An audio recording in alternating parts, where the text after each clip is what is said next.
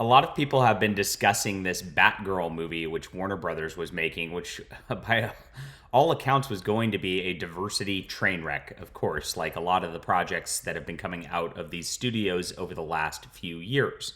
But it was a shock to find out that they'd had a completely filmed product. They paid all the actors. They did everything that they needed to do, and yet they scrapped the film at the last minute, saying, "Nope, we're just not going to do it."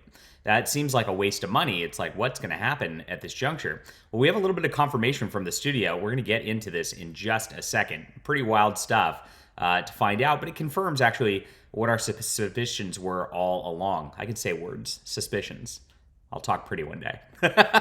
All right. I write pretty, though, already. My name is John Delarose. I'm a #1 best-selling author and award-winning comic creator. And if you like Batgirl, like in the traditional sense, where it was like a good costume superhero romp and not some like diversity lecture, you're going to love My Flying Sparks. My Flying Sparks really captures that whole Bat family element that DC Comics used to have when they were great. And I think I've done a good job in presenting a new universe where great characters are having a wonderful, wonderful superhero outing. So check this out.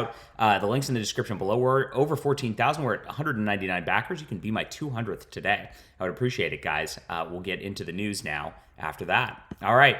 Here it is. DC Studios head Peter Safran confirms Batgirl was unreleasable. Wow. It would have hurt everybody involved. So they scrapped it all as a loss, as a tax write-off for the company, as Zaslav started just cutting everything left and right last year. Absolutely crazy stuff, but we're sitting here wondering, here's Leslie Grace, who definitely is an odd choice in casting for Batgirl, as it was.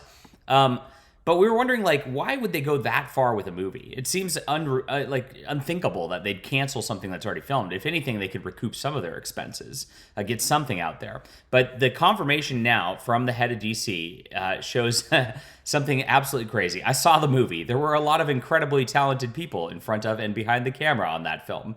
That's a canned statement. But that film was not releasable. It happens sometimes. The film was not releasable. That means it was really, really, really, really, really bad. Now, if you remember, like in the 90s and 80s, like in order to keep those like licenses active, they made these like Captain America and Fantastic Four films that were just like cheap, low-budget train wrecks that were just never going to be anything good. I remember when Wheel of Time originally had its like first concept shoot for Amazon. It just was like, what the heck? Did somebody shoot this in their house? I mean, it was ridiculous. You're wondering exactly how bad this could have been for DC to actually not release this whatsoever.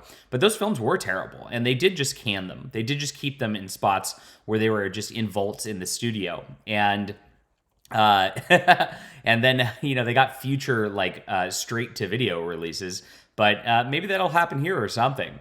But it sounds like it was going to be such a brand damaging thing for the Bat franchise, which is a big franchise. There's a lot of money there, that they thought it would have been irreparable for them for the future, that it would have impacted future films and caused problems across the DC brand. That's pretty bad. That's pretty freaking bad, guys, for a show.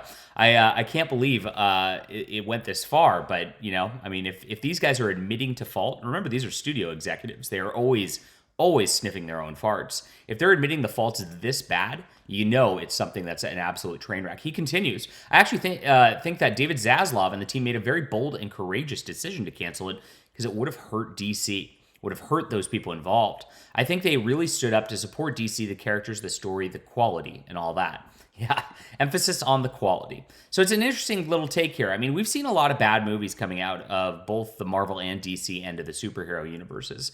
But I guess Batgirl really had to be on that next level of just a train wreck that they knew it would have been a financial disaster for their brand as a whole. Gosh, I'm even more curious to see it now than I ever have been. Because, like, if it's that bad, I want to see it to laugh at it, my friends. I mean, we got to find a copy of this somewhere out there. It's got to be something we can watch, right? Maybe they will release it down the line. We can only hope in some format where we can just find it real quick to have a good chuckle. But we'll see. Regardless, movie studio audiences will not be seeing this. And that's it. Batgirl is dead, along with a lot of the DC projects that were out there before. And the world is better off for it. You can always back an alternative to these projects, which is going to be good, guaranteed. Check it out. This is My Flying Sparks again. Links in the description below. It supports the channel. I appreciate you guys for being there. Hit the like and subscribe button. What do you think about this? Have you found a copy of this Batgirl movie floating around somewhere?